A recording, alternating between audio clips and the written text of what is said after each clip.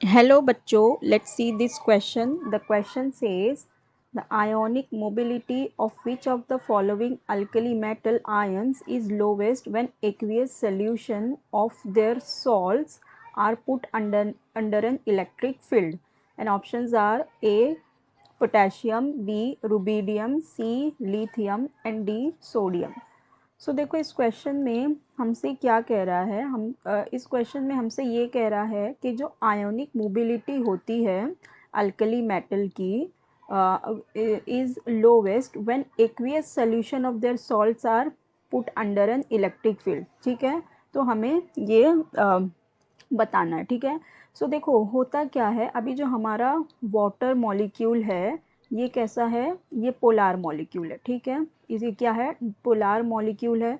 इसके अंदर पॉजिटिव और नेगेटिव पोल्स होते हैं। ठीक है, तो होता क्या है, तो जैसे हमारा जब ये कोई भी मेटल ले लो, फॉर एग्जांपल अगर मैं लेती हूँ सोडियम, तो ये क्या होगा, ये सोडियम क्या है, ये एक इलेक्ट्रोपॉजिटिव एलिमेंट है। ठीक है, मेटल्स कैसे होते हैं, हमारे इलेक्ट्रोपॉजिटिव होते हैं। तो अब ये इलेक्ट्रोपॉजिटिव मेटल्स हैं, तो हमारा जो वाटर मॉलिक्यूल होता है उसका जो नेगेटिव पार्ट होगा, मतलब जैसे हो गया ऑक्सीजन, वो क्या करेगा, इसको सराउंड कर लेगा।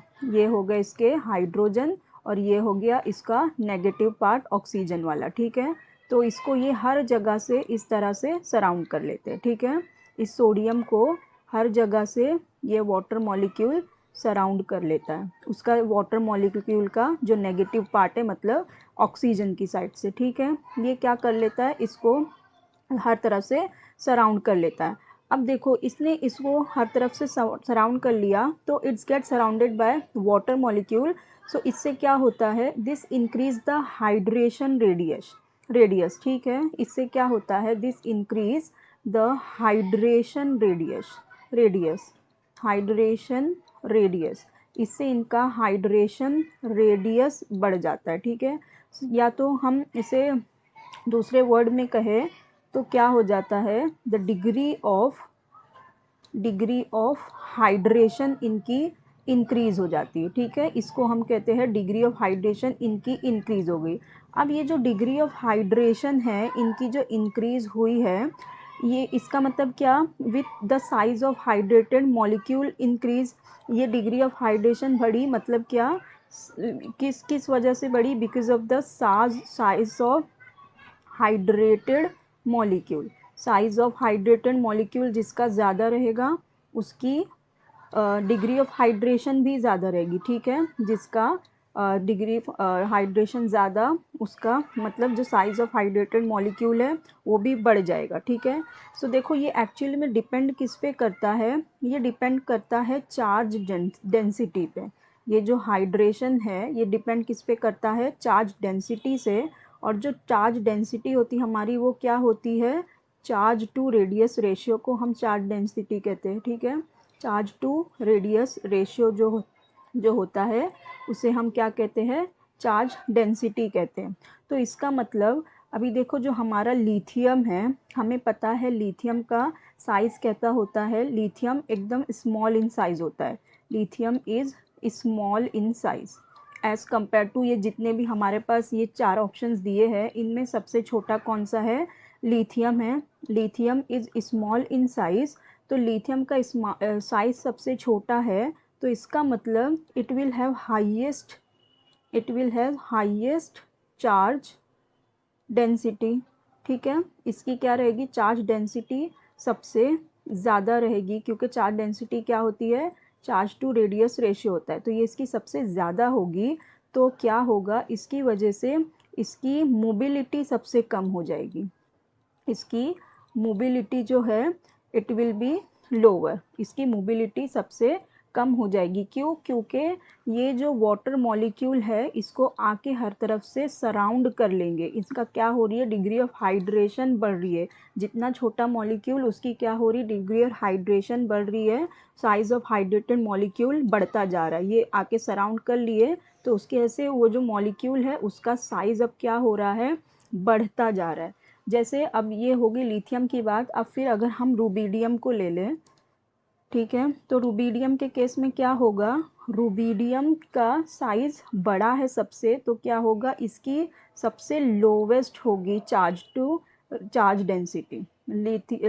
रुबीडियम की सबसे लोवेस्ट होगी चार्ज डेंसिटी, तो इसका मतलब इसकी क्या होगी, हाइड्रेटेड मॉलिक्यूल इसका कैसा बनेगा, स्मॉल बनेगा। इसका hydrated molecule will be smaller, ठीक है, विल बी स्मॉल। सो इसकी मोबिलिटी कैसी होगी, it's mobility will be high, ठीक है, it's mobility will be is high. तो कहने का मतलब ये है कि जितना छोटा हमारा मेटल रहेगा, इलेक्ट्रोपॉजिटिव एलिमेंट रहेगा, उतने ज़्यादा उसको ये वाटर मॉलिक्यूल आके सराउंड कर लेंगे, तो उसका हाइड्रेटेड मॉलिक्यूल का साइज़ उतना बड़ा हो जाएगा। तो उसका साइज़ जब हाइड्रेटेड मॉलिक्यूल का बड़ा हो गया, तो उसकी वजह से उसकी चार्ज डेंसिटी पे फ़र्क आएगा। उसकी चार्ज डेंसिटी कैसी हो जाएगी, स्मॉल हो जाएगी, ठीक, सॉरी, हाई हो जाएगी। उसकी चार्ज डेंसिटी सबसे हाई हो जाएगी, तो चार्ज डेंसिटी बढ़ जाएगी तो उसकी मोबिलिटी सबसे कम हो जाएगी, ठीक है। सो इसलिए रुबिडियम सबसे बड़ा मॉलिक्यूल है, तो उसकी मोबिलिटी सबसे ज़्यादा रहेगी, क्योंकि वो बड़ा मॉलिक्यूल है, तो उसको वाटर मॉलिक्यूल इतने सराउंड नहीं करेंगे, तो उसका जो हाइड्रेटेड मॉलिक्यूल बनेगा वो इतना बड़ा नहीं होगा, वो छोटा होगा, ठीक है। तो सबसे पहले आएगा रुबिडियम, जिसकी मोबिलिटी सबसे ज़्यादा होगी अंडर इलेक्ट्रिक फील्ड।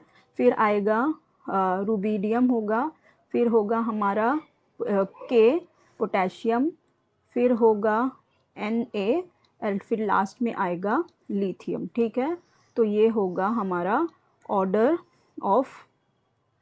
ये होगा हमारा ऑर्डर, ठीक है। अच्छा, यहाँ पे ऑर्डर नहीं पूछा है, इसने क्या पूछा है, ionic is the alkali metal ions is lowest when alkali metal their salts are put under an electric field. तो सबसे लोवेस्ट किसकी होगी, सबसे लोवेस्ट तो किसकी होगी, सोडियम, सॉरी, लिथियम की होगी ना। तो हमारा करेक्ट ऑप्शन हो जाएगा, इसको हटा देते हैं, हमारा करेक्ट ऑप्शन हो जाएगा option C, Li. I hope you understood it well. Best of luck. Thank you.